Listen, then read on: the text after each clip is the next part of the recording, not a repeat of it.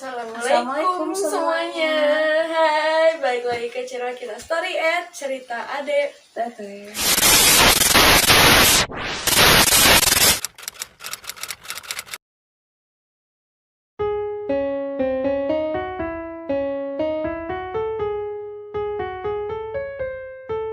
Oke, jadi malam ini kita sampai di segmen kita, yaitu Kismis alias kisah misteri.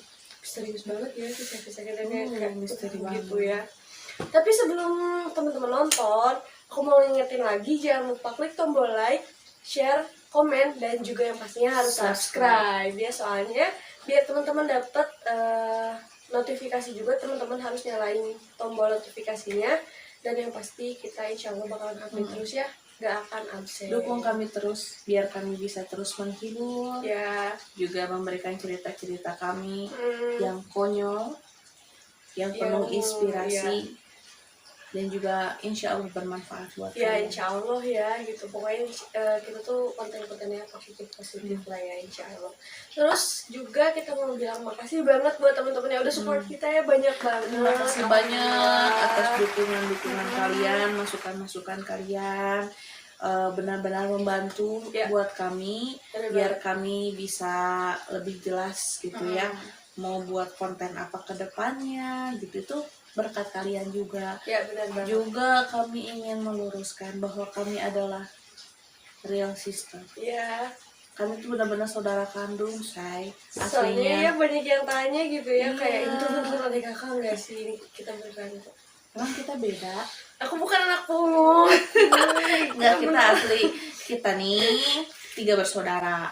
Iya. Aku itu punya adik itu 2.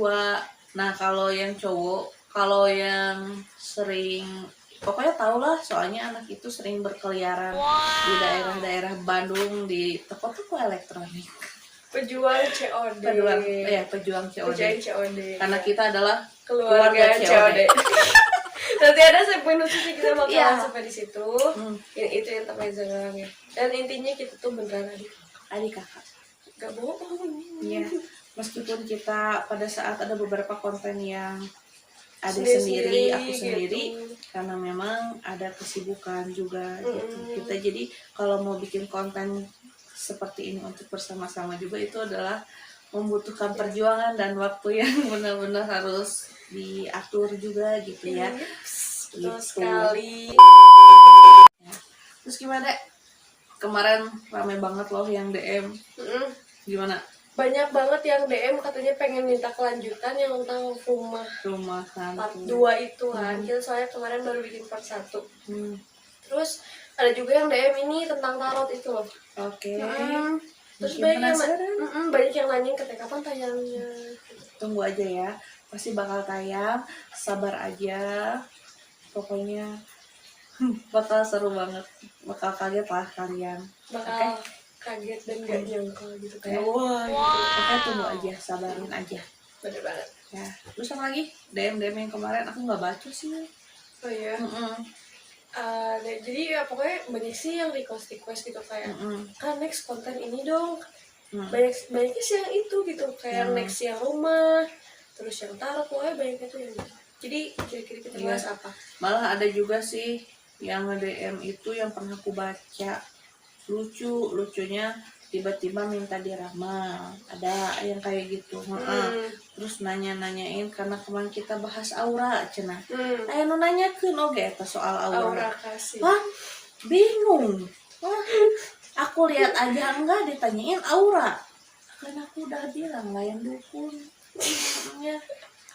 Gitu, teteh bukan dukun. Enggak, ketang bukan. Jadi sekarang itu kita ngebahas karena banyak sih yang nanya-nanya, emang tarot ada hubungannya ya sama usaha kata atau apa? Sayang-sayangku semuanya. Jadi sebenarnya yang ngeramal ke aku itu banyak banget dengan problematika mereka masing-masing. Dan beda-beda. Kasusnya itu berbeda-beda. Kalau kita angkat dari masalah usaha itu lumayan banyak, terutama soal, pernah dengar nggak penglaris?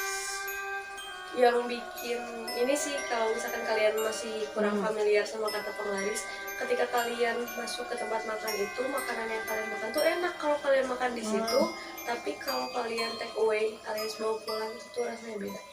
Ya, Itu seperti salah satu itulah, ciri yang pakai seperti penglaris, itu dan gitu. kita bakal bahas itu. Bakal bahas itu karena memang banyak juga sih yang ke aku gitu ngebahasnya kayak gitu. Tapi kalau menurut aku yang paling banyak kayak gitu pasar. Pasar, nah, pasar banyak kayak gitu. Pasar itu jadi gimana ya? Aku pernah bawa anak ke pasar. Aku gak akan sebutin, itu masih di Bandung juga. Cimahi mungkin bisa dikatakan Cimahi. Itu posisinya pasar ya, dan gak ada yang namanya jualan hewan kan, adanya sayuran, daging-daging kayak gitu. Terus tiba-tiba anak aku ngomong gini, "Mah, itu kok monyetnya besar banget?" Monyet dong di pasar. Monyet. Aku nggak diam aja. Monyet di mana kak? Itu monyetnya mah besar. Udah aku nggak bahas lagi gitu ke anak. Ya udah ya kita kesini.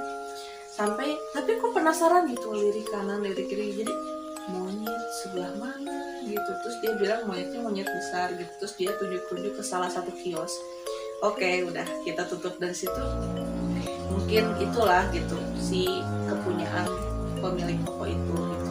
Ya, kalian bisa bayangin gak sih kayak logis nggak sih monyet gitu Nah. nih? Kalau misalnya kayak mungkin kalau ayam kan ya ayam potong, atau kalau sapi ya yang nggak tahu lah, pokoknya di pasar ini gitu ya, ada di monyet, pasar. terus dia bilang ukurannya tuh besar gitu dia bilang. Banyak kan, makanya aku bingung. Terus pernah ke tempat usaha juga, salah satu klien aku itu lebih aneh. Jadi bukan dia yang pakai penglaris, saya. Jadi di tempat usahanya tuh dia tuh bilangnya tempat saya tuh sepi gini gitu. Aku juga bingung kenapa minta tolong ke aku udah bilang. Terus dia tuh bilang gini, ya ini mah sharing aja lah teh, katanya gitu. Soalnya saya bingung, saya udah 2 tahun kayak tutup toko, jadi dia bukan jualan makanan, barang lah gitu. Salah satu kayak gini loh, kayak mall yang dalamnya tuh toko-toko gitu. Itu posisinya iya. dia itu ada di Cikarang dulu tuh. Aku kagetnya gini, dan tempatnya enak, khususnya bagus banget gitu. Wah udah pasti laku lah gitu kalau buka usaha di situ. Tapi ternyata pada saat ke tempat usaha itu, bayangin, aku kan masuk doang gitu ya, memang udah barang-barang itu kayaknya kata dia sih mau tutup, mau dijual gitu, tapi si barang yang dia jual tuh masih ada di situ gitu ya, si barang-barangnya tuh. Yang bikin aku nggak nyangka, dia memperlihatkan aku apa coba? Bungkusan waktu dibuka tuh apa sih ini, tanah gitu, terus apalah gitu, jarum apa, sampai ya ampun ada rambut apa segala. Terus aku tanya, ini apa sih teh? Iya katanya, saya tuh kalau pagi-pagi katanya si pelayan toko tuh nemuin kayak gini depan toko. Bayangkan depan toko ada yang kayak gitu. Aku nggak mau suzon, cuman liatnya aja udah merinding. Itu asli merinding banget. Kalian bayangin gak sih, misalkan kalian punya toko gitu ya, tapi di depan toko kalian tuh pas pagi tuh kalian nemuin bungkusan asing gitu buat kalian. Bungkusan, dan malah dia bilang itu yang bikin dia pengen buka yang tutup toko banget itu sering ganti karyawan. Itu sering ganti karyawan, katanya karyawannya nggak betah. Terakhir kejadiannya baru 3 bulan yang lalu, si pemilik toko ini bilang apa coba?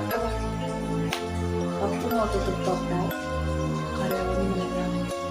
Di situ di tempat apa gimana, ada kabar? Kamu tahu nggak, kalau misalkan tutup toko tuh yang si penutupnya itu Kerannya diderek itu ya. ketimbun itu. Aku awalnya suka, cuman serius kayak aku bilang gitu. Terus dia bilang, iya teh, makanya saya mau tutup toko.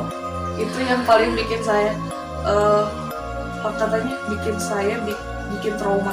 Dia trauma banget gitu. Berhenti. Iya, aslinya.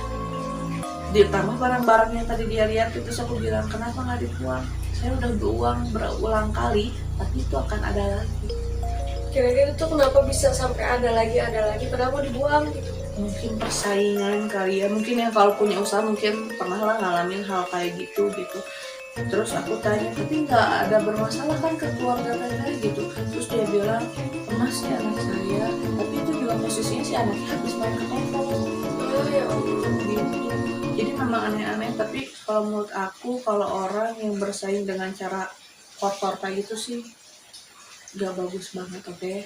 Karena semua kesuksesan itu kalau pakai jalan pintas ya nanti juga jatuhnya juga dengan jalan pintas gitu. Ya jadi catatan juga buat teman-teman yang mau berwirausaha atau misalkan mau usaha, ya hati-hati. Tetap kita harus terus kuat ibadah gitu, terus berdoa sama Allah, karena satu-satunya pelindung Allah aja sih gitu. Sekarang kita udah pencegahan gitu, tapi apa namanya, intinya jangan apa ya, dibilang udah nggak percaya gitu, ada depan mata gitu. Iya. Aku juga kalau jadi pemilik toko terus dikasih kejadian yang seperti itu, Kaget dong, itu shock banget kaget pisan. Soalnya aku langsung tapi aslinya mau dijual, sampai detik ini dia bilang iya saya mau jual gitu. Yang bikin aku kaget itu 3 bulan yang lalu kejadian karyawan toko, paham nggak? 3 bulan yang lalu itu jadi berarti bulan kisaran April ya. aku nggak tahu lah, pokoknya dia bilang gitu. Ya, Pokoknya yang bikin aku baru. kaget itu sampai sekarang terus membayangi aku tuh barang-barang yang kayak gitunya gitu. Jadi sampai diikat-ikat apalah segala, aku aja nggak pegang aja nggak mau gitu. Ya udah deh, terus kataku ya udah gimana baiknya aja gitu. Kalau di film-film horor sih itu kayak biasa tuh isinya tuh tanahnya itu bukan tanah sembarang tanah Iya gitu sih, ya. kalau kata Paham orang-orang lah, kayak gitu. Tapi memang yang namanya penglaris itu bukan hanya sekedar apa ya namanya, isapan jempol belakang, itu beneran nyata. Dan aku pernah ngalamin itu, salah satunya itu ya di tempat makan. Tempat makan. Nah. Tempat makan. Gimana tuh? Bilangin jangan makan apa. Yang Iya, jelas banget kita makan bakso, bukan jadi Ya, ngomong. jadi ngomong kan.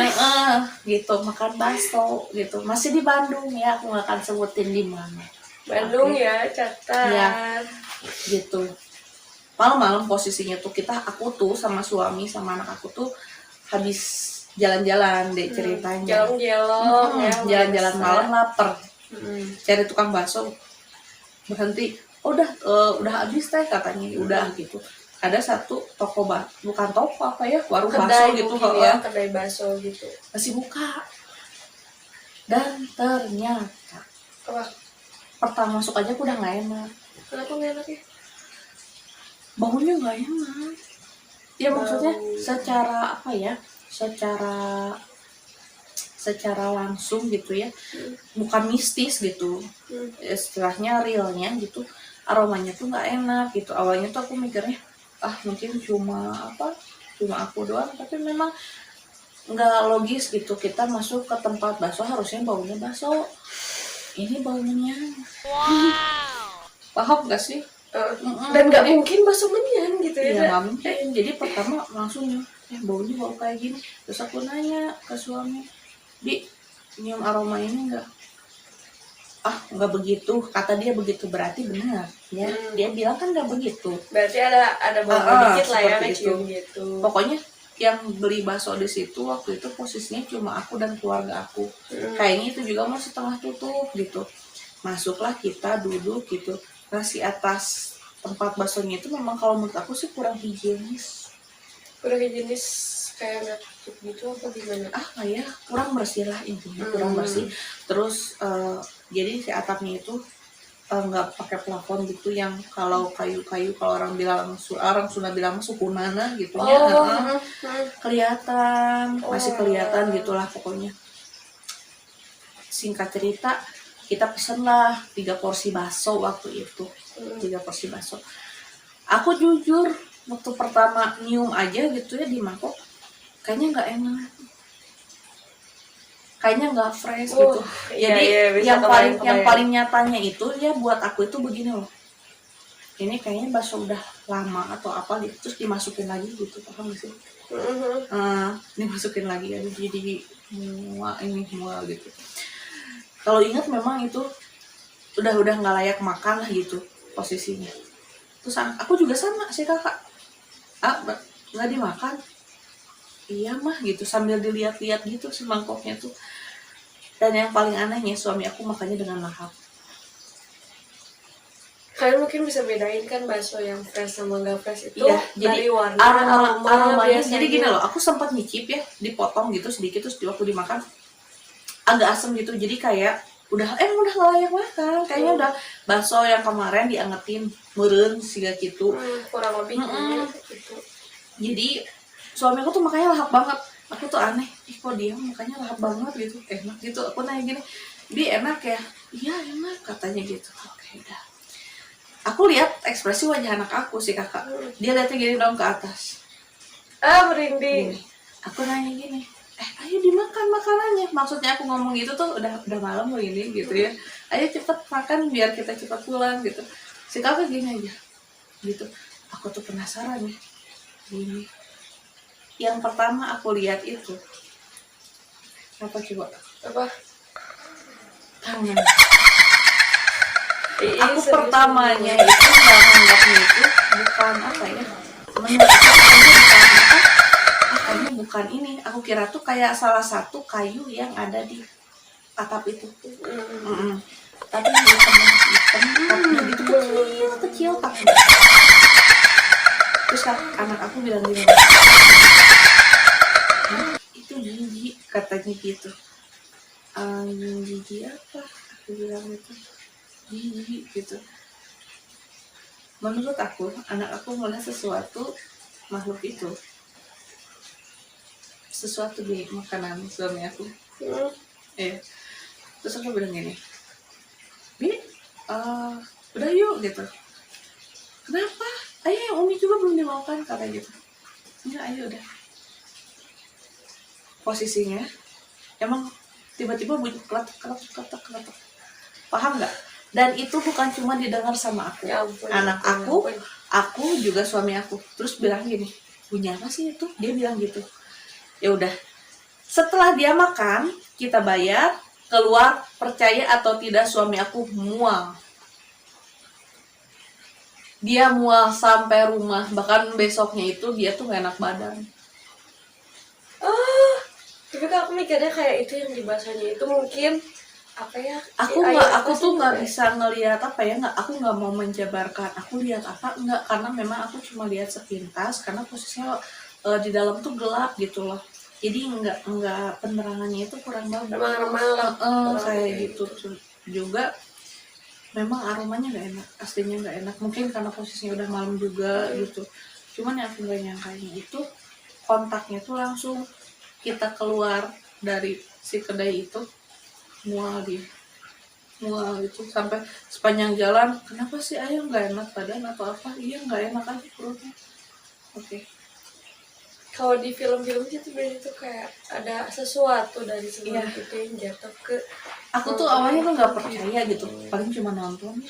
Pernah kan ada film-film kayak gitu, tapi itu nyata asli real. Ternyata memang ada orang yang masih pakai hal-hal seperti itu di dalam usahanya.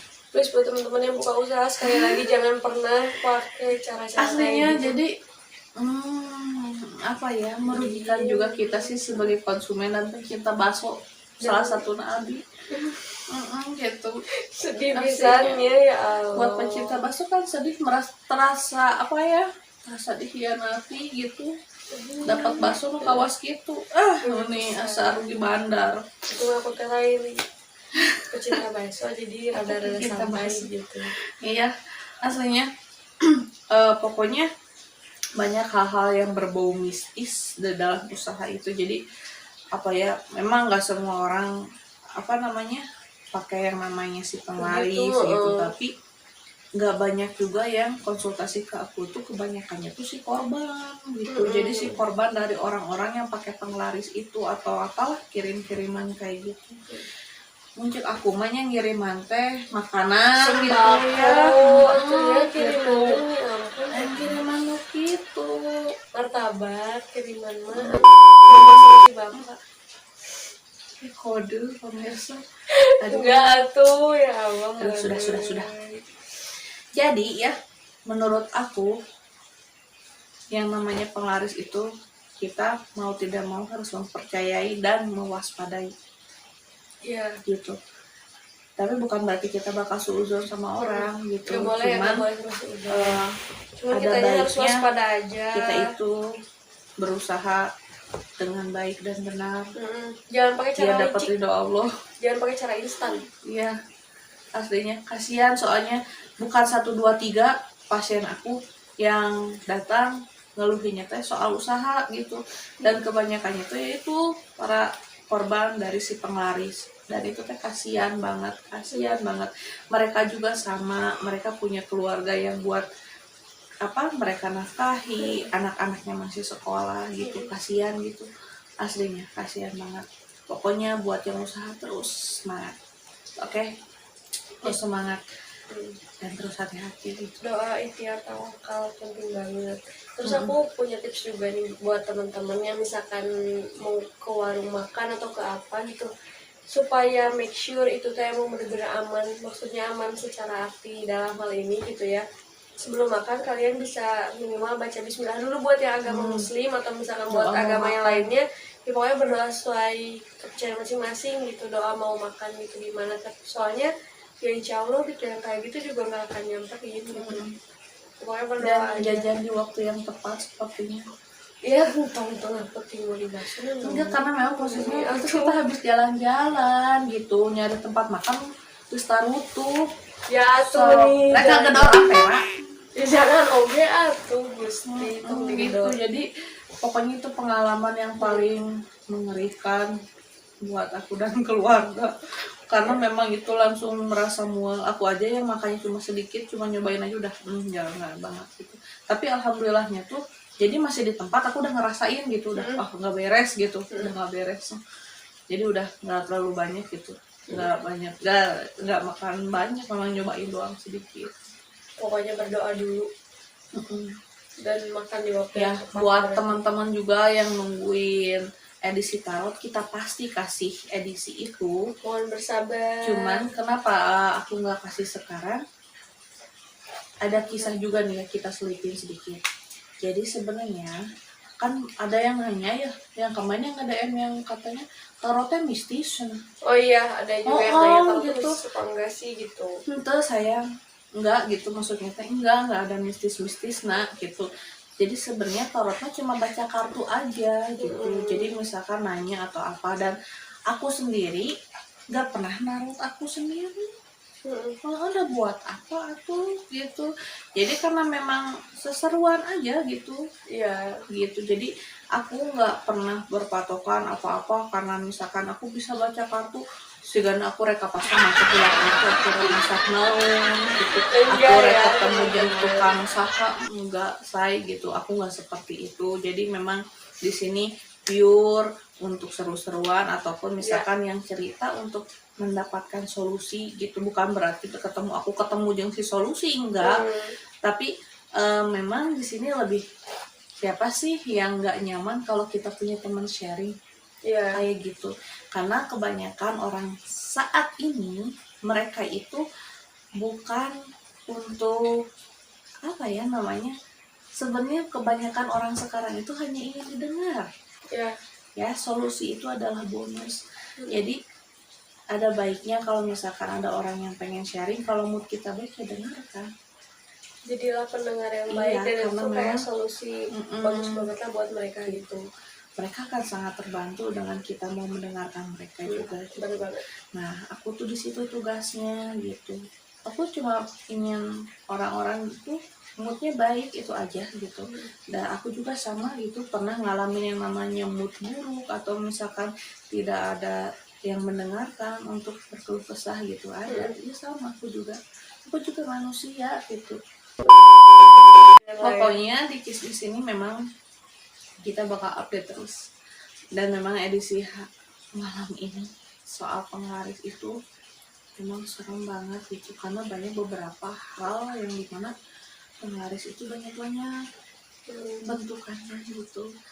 Iya, anak aku aja lihat yang tangannya Pak, aku nanya waktu itu penasaran yang soal dia tukang bakso itu, dia bilang tangannya sampai kaki itu panjang. Aku udah nggak bisa bayangin kayak gimana bentukannya, coba tangannya sampai kaki. Terus yang di pasar itu dia bilang yang monyet besar, paham nggak sih? Itu udah serem banget. Dan aku pernah ke Bandung ya, di daerah Bandung. Aku sebutin kayaknya. Jangan. Ya pokoknya memang itu toko-toko, tapi bukan makanan, Toko apa? elektronik tuh. Mau tutup waktu itu posisinya. Karena aku sore kesananya. Terus gimana? Sore kesananya memang udah pada tutup, udah mau pada tutup, yang lainnya juga lagi pada tutup kios. Di salah satu lorong, aku lihat anak kecil lari, gitu. Yang bikin aku kagetnya apa coba? Kayak apa sih? Kayak tuyul. Oh, sih. Jadi badannya kecil, kurus banget gitu. Paham gak sih? Cuma pakai celana aja. Lari gitu. Jadi ya aku itu kayak anak kecil aja gitu. Aku tuh positifnya tuh mungkin anak di sini gitu. Tapi ternyata yang bikin aku kagetnya itu memang dia tuh lari. Terus pas aku ke bawah, kan ada tangga ya. Dia tuh jongkok di pinggir tangga itu. Jongkok, pas aku lihat itu, udah aku nggak mau lihat lagi gitu. Tapi emang posisinya itu kayak anak kecil. Itu salah satu di banyak yang toko-toko itu pokoknya ada lorong-lorongnya. Itu posisinya memang udah mau malam, udah mulai ini tutup. Apakah tutup sore, pokoknya tuh posisinya ke sana nemenin teman nyari ini, nyari apa namanya tuh, spare part kayak gitu. Serem banget. Jadi seremnya tuh tempat mukil ge aya nu kitu gitu. Sudah trek meuli HP gitu. Terus apa elektroniknya tuh bisa rek main TikTokan kan. So kemana aja aku mah ngomong teh gitu. Aku mah apa-apa tadi bawa seru gitu. Jadi nggak mau negatif duluan gitu kalau pikiran yang kayak gitu teh. Jadi nggak mau menakuti diri sendiri dengan bayangan-bayangan yang gak karuan gitu. Karena kebanyakannya orang yang celaka itu karena rasa takutnya sendiri, sayang. Jadi kita tuh kalau ada anggar kan mah kemarin punya jerawat ini komedo jerawat. Iya, betul banget. Anggar dah mendiskonkan. Next. Jadi jangan pernah takut ya, sekali lagi jangan pernah takut dengan mereka. Tapi kita wajib untuk mempercayai. Iya. Ya, karena mereka itu memang ada mengimani hal-hal yang gitu. Tapi jangan takut karena mereka juga sebenarnya takut itu sama kita tuh, untuk melihat sama kita juga mereka tuh takut. Jadi kita tuh jangan ada perasaan ketakutan yang berlebihan yang akhirnya membuat kita celaka sendiri dengan rasa ketakutan kita sendiri. Gitu.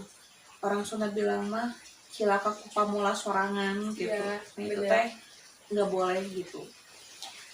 Pokoknya jangan pernah bosan buat lihat konten-konten kita yang menghibur, juga menginspirasi. Insyaallah.